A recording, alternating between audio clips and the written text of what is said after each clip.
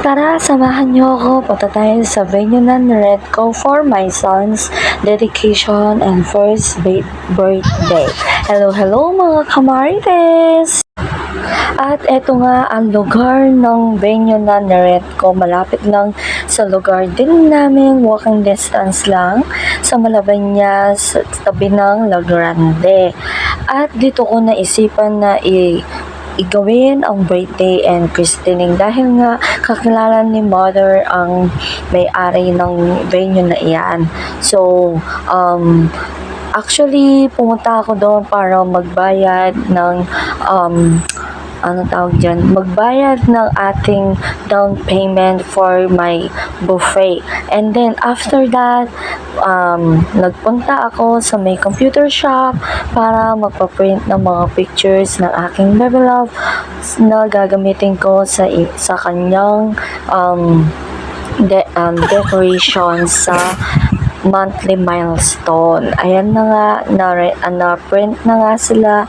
Ang cute naman, solid.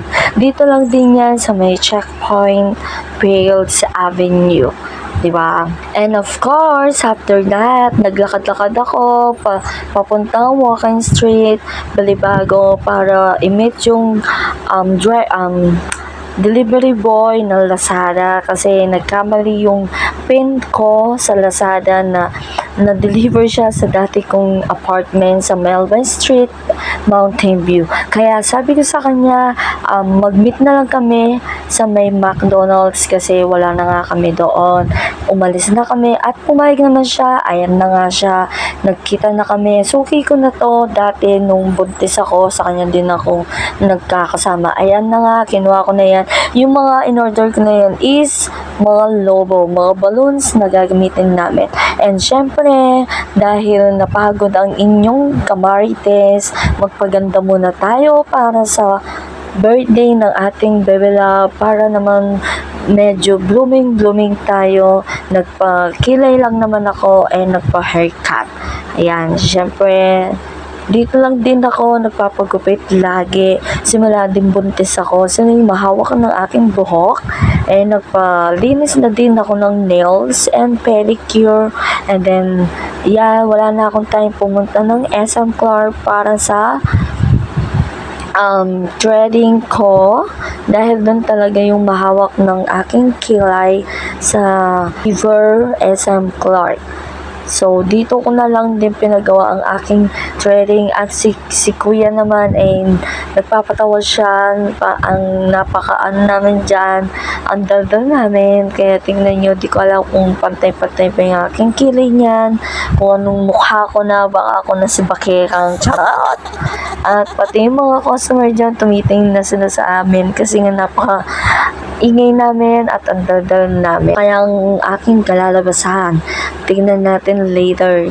Kasi mas gusto ko yung threading kesa yung sa blade kasi yung blade medyo madudugo-duguin.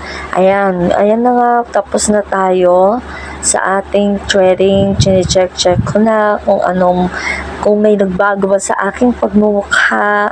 As usual, wala din naman. Same pa din, di ba? And of course, chinek ko yung sarili ko, tumayo ako dyan, pinatawa ko sila kuya dyan. Ayan, nagpagupit ako, nakabangsa ko. Di ba, lagu-lagu. At magbabayad na nga tayo. And of course, nakauwi na kami. I mean, ako lang pala. Nakauwi na ako sa aking balay. Actually, after nung nagpakilay ako, nagpasalon, dumaretso ako sa may Diamond Itik dahil meron kaming pagpupulong-pulong ng aming team na unit team sa real estate.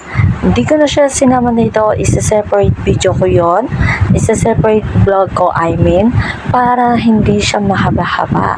And, ayan, gumagabi na nga at masyado na kaming nagmamadali dito dahil nga oras na at ibibigay ko pa to sa venue para ma-display nila kasi sila na yung magdi-display. Yan, yung mga pamangking ko yan. Tinutulungan nila ako maglobo ng mga balloons at lagay ng mga pictures para mabilis lang nga at may hatid na namin doon sa venue.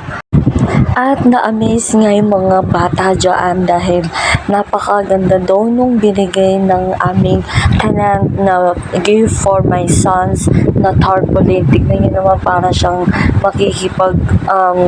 makikipaglaban ng basketball. Ang laki ng tarpaulin niya, diba? Binigay lang sa kanya yan ng may asawa din na Cameroon yan na African.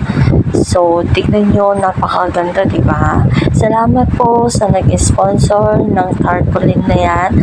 Napakaganda, na-appreciate ko. Sabana Ruiz. Tignan nyo, nagising na ang aking baby love. Nandyan na siya at nakikigulo-gulo na siya. Diba? Na-appreciate ko po lahat ng mga nagbigay.